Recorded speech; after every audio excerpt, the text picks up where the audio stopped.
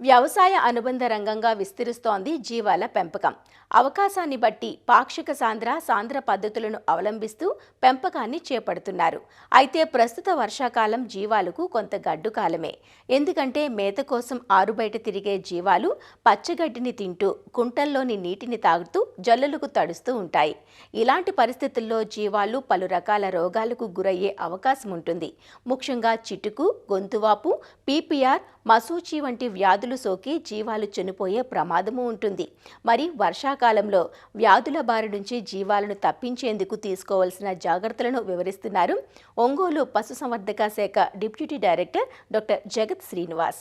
ఈ వర్షాకాలంలో ఎక్కువగా మనకి ఈ జీవాలకి అంటే గొర్రెలు కానీ మేకలకు కానీ వచ్చే జబ్బుల్లో ముఖ్యంగా చెప్పుకోవాల్సింది బ్లూ టంగ్ అనే వ్యాధి, నీలి నాలుక వ్యాధి అంటారనమాట. విస్తారంగా వర్షాలు పట్టడం వలన ఈ పల్ల ప్రాంతాల్లో నీరు నిలవటం వలన ఎక్కువగా మనకి దోమలు అనేవి రావడానికి ఆస్కారం ఉంటుందన్నమాట. ఈ దోమలు ఈ కుట్టడం ద్వారా కానీ ఈ జీవాలకి తద్వారా ఈ వైరస్ యాక్టివ్ అయిపోయి ఈ నీలి నాలుక జబ్బు రావడానికి ఆస్కారం ఉంటుందన్నమాట.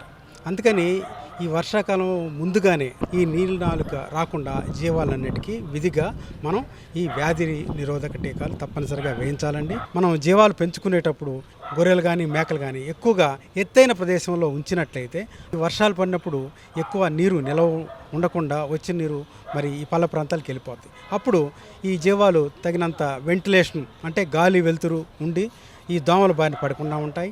ఆ దోమల్ని మనం అరికట్టాలంటే ముఖ్యంగా చేయాల్సిందంటే సాయంత్రం పూట 6 గంటల దగ్గర నుంచి 7-8 ఈ టైం వచ్చేంత వరకు మనం ఈ పిడకలను కానీ ఈ కలబంద ఆకులు కానీ యూకలిప్టస్ ఆకులు కానీ లేకపోతే వేపాకులు కానీ పొగ వేసినట్టయితే ఆ పొగ వలన ఈ దోమల్ని అరికట్టుకోవచ్చు.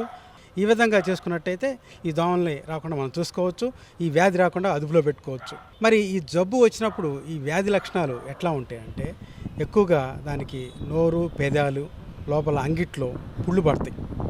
జ్వరం సాధారణ జ్వరం కంటే దాదాపు 2-3 డిగ్రీలు ఎక్స్ట్రా జ్వరం ఉంటుంది.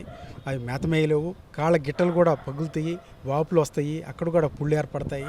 తద్వారా మరి ఆహారం కూడా తీసుకోలేని పరిస్థితుల్లో ఈ జీవాలన్నీ ఉంటాయి. ఆ టైంలో వాటికి శుభ్రంగా రాగి అంబలి, రాగి జావ మజ్జిగలో కలుపుకొని తేలిగ్గా అరిగేటట్టుగా దాన్ని మజ్జిగలో గిలకొట్టేసేసి తాపినట్టయితే జీవాలకి కడుపులో ఎత్తు ఉంటుంది.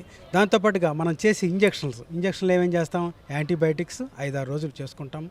అట్లాగే నొప్పులు తగ్గడానికి పెయిన్ కిల్లర్స్, ఎనాల్సిసిక్స్ అనమాట, అవి కూడా ఒక వారం 10 రోజులు చేసుకుంటాం. దాంతోపాటుగా సపోర్టివ్గా ట్రీట్మెంట్ చేసుకోవడానికి బి కాంప్లెక్స్ ఇంజక్షన్లు కూడా చేసుకుంటాం. జీవాల కాపర్లందరూ వ్యాధి వచ్చింది, ప్రబలింది అని అనుకున్న వెంటనే దానికి విధిగా మీకు తెలిసినంతవరకు వైద్యం చేసుకోండి. లేకపోతే దగ్గరలో ఉన్న పశు వైద్య గారి దగ్గరికి వెళ్ళి మరి దానికి వాడాల్సిన ట్రీట్మెంట్ తెలుసుకొని దాని ప్రకారం యాంటీబయాటిక్స్, ఎనాల్సిక్స్ అట్లాగే బి కాంప్లెక్స్ ఇంజెక్షన్స్ ఇచ్చుకుంటా మరి దానికి సరైన ఆహారం, పోషకాహారం మనం ఈ రాగి అంబలి జావలాగా మజ్జిగలో కలిపి ఇచ్చుకున్నట్టయితే ఆ జబ్బుని మనం అరికట్టుకోవచ్చు.